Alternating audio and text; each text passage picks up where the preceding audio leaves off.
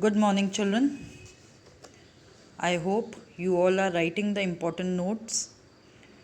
So, children, we have discussed the structure of Indian judiciary.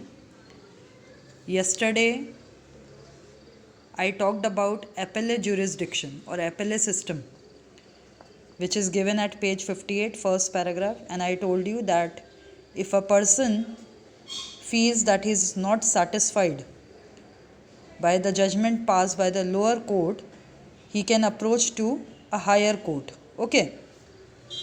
I asked you to read a story that is given of Lakshman Kumar and others versus state.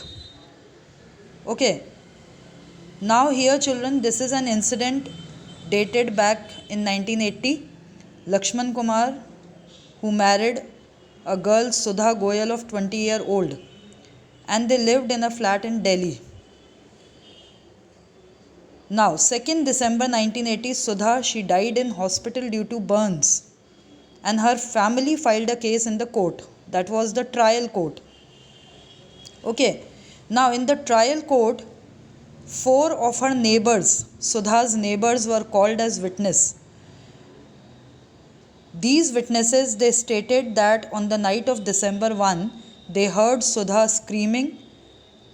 So they forced their way into Lakshman's flat, and they saw Sudha standing with her sari in flames. These neighbors, they tried to put off the fire by wrapping Sudha in a gunny bag, jute bag and a blanket. Sudha told them that her mother-in-law Shakuntala and her husband Lakshman, they had tried to burn her. And during the trial, members of Sudha's family and neighbors stated that Sudha had been subjected to torture, harassment by her in-laws, as they were demanding more cash, scooter, fridge. Okay, dowry. Dowry you all understand? Dahej.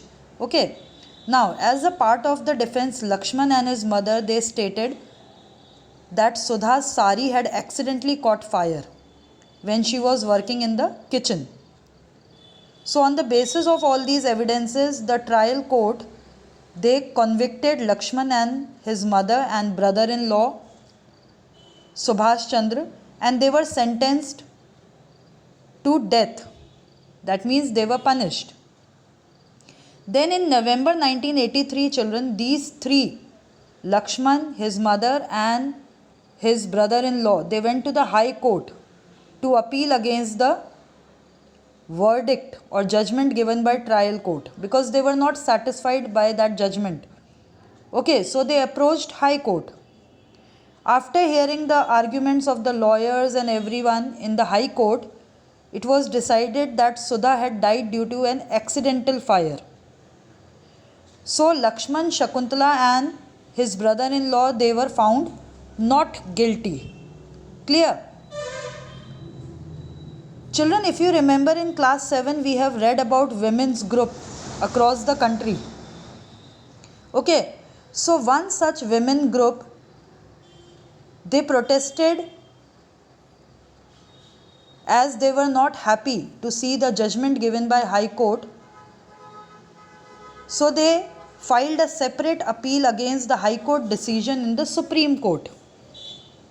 Are you getting my point? We are understanding appellate jurisdiction, where a person can approach High Court or Supreme Court if he is not satisfied with the judgment passed by the lower court. Okay.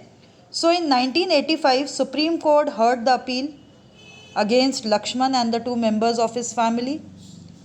It heard the arguments of lawyers and reached a decision that was totally different from High Court, children.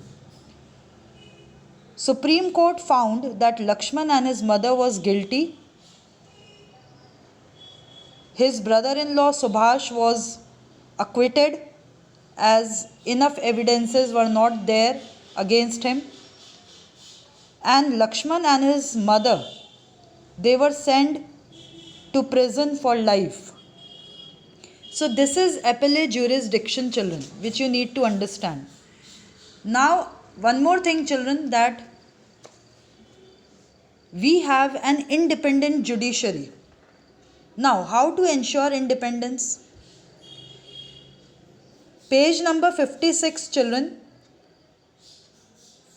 An imaginary situation is given where a powerful politician, he enters without permission on a land belonging to your family. Just imagine, okay? Now, suppose if the politician has the power, we are just imagining, if the politician is given the power to appoint or dismiss a judge, that means he can influence the judicial system, right? So what will happen? The judge would clearly be partial to the politician.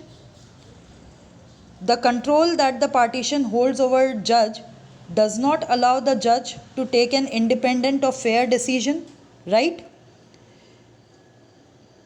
This lack of independence would force the judge to make judgment in favor of whom?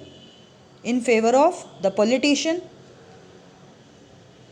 We often hear, children, about the rich and powerful people in India who try to influence the judicial process. Okay, so the Indian Constitution, to protect against this kind of situation, has made the judiciary independent. In chapter 1, children, if you remember, we read about separation of powers among the organs of the state, that is legislature, executive and judiciary.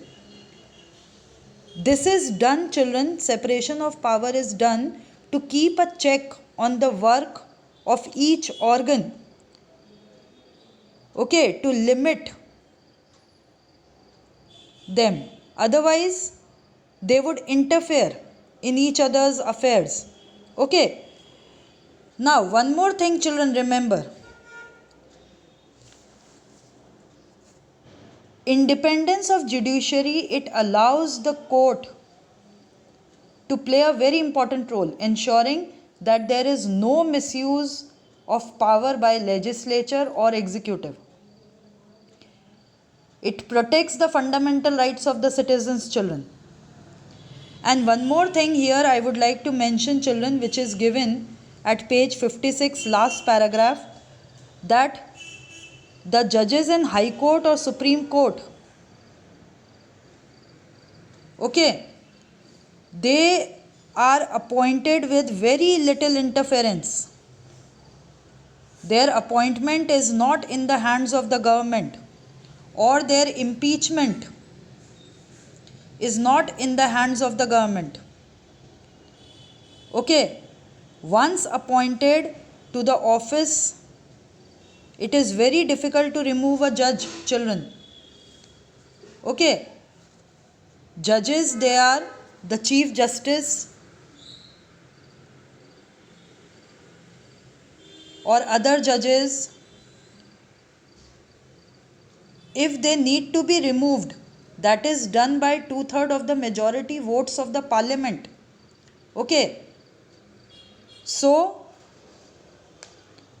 the other branches of government has no interference in the impeachment or in the appointment of the High Court or Supreme Court judges. Clear, children? So please note down all the important things that I am explaining you.